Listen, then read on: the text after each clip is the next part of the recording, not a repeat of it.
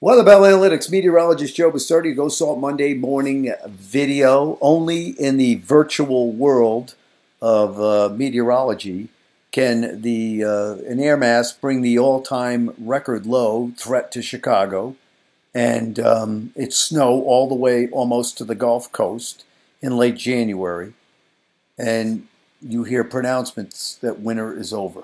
I don't believe that for a second, okay?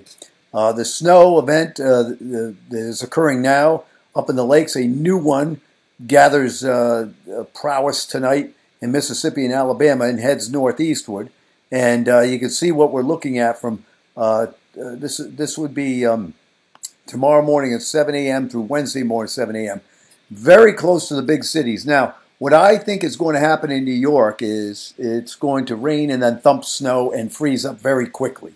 To the north and west of the city, I think there's going to be a big snowstorm, a 6 to 10 inch snowstorm, and you can see the totals here. Very, very close, but it's still going to be a big problem with a rapid freeze up in here. The question is, do you get into the heavy snow? And that's possible.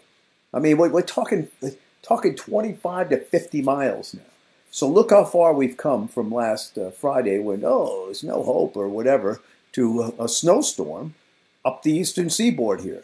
And here's a close-up view of this crucial area.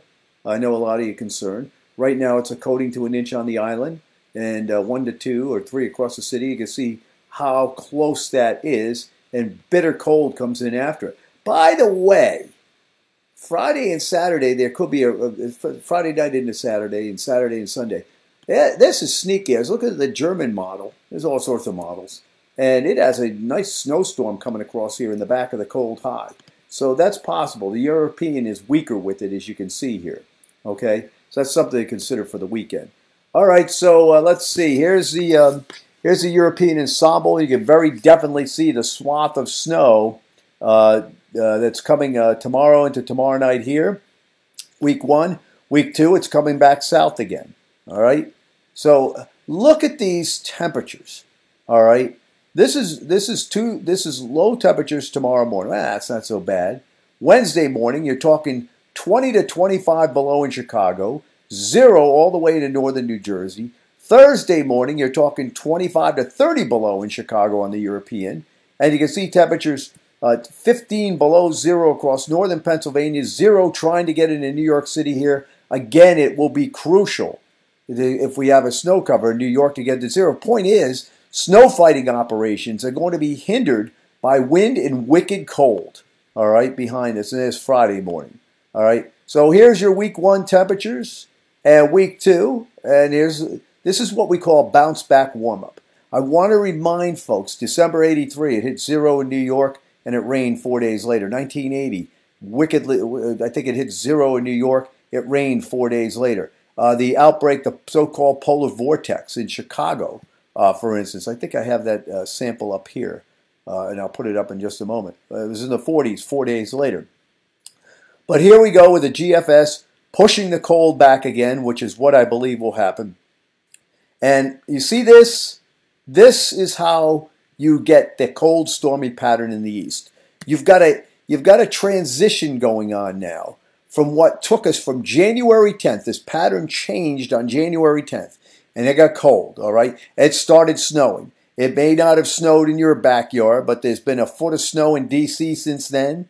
There's been it'll be 15, 20 inches in Chicago, all through the Midwest. It hasn't snowed in that quarter, and a lot of people are going to get filled in tonight and tomorrow, tomorrow night into Wednesday in that area that hasn't snowed, right? You know, back at Allentown and places like that, right? So that's going to get filled in. But what you have to look for February to March to run the table here, and it's going to take a while, you get that red over here, and that's how you just rock it, all right? Because the Pacific trough feeds in, this blocking creates high pressure and cold air all across Canada. This winter is far from over, in my opinion. Okay, it's only hit minus 20 4 times since 1940 at Midway Airport in Chicago. And it's all been since 1980. How's that for global warming? Okay, but anyway, February of 82, after the January outbreak, this is what February looked like. 1984 after the December 83, it's cold. All right. Let's look at what happened in February of 85 after the January 85 outbreak. Cold. And this is the most recent, 1994. Cold. See, what you have to understand is that to get it that cold in Chicago, and you say, I don't live in, what do I care about Chicago? Well, to get it that cold in Chicago, a certain pattern has to set up that then favors cold after that, okay? And you can see that showing up here. And that turnaround, listen, since January 13th or 14th, this is what we've looked like. So it's not like the cold has not come right on time here. We got a transition coming up. Now here's that example. Chicago minus 16 on January 6th, 2014. And look at how warm they are right after that, right? See how they warmed up? It's called, it's a bounce back warm up. But it doesn't mean the end, all right? As we look at what happened in, what's this, 19... What am I? Oh, I'm putting on the El Nino shots here of the years that we have similar El Ninos. What happened in February? So I went. Oh, I'm sorry. I'm getting old. This is what happened in 2014 February after the big shot in January. There's February. There's March. Right. I think you're going to see it very similar. Except I think this cold is going to get centered down here mid-February to mid-March. But we'll see. All right, that's it for now. Don't lose heart, okay? We're going to have a lot of business coming up over the next few days. Maybe not directly in New York City and Long Island, but close by, and it could shift in there. It's going to be some snow. Enjoy the weather. It's the only weather you got.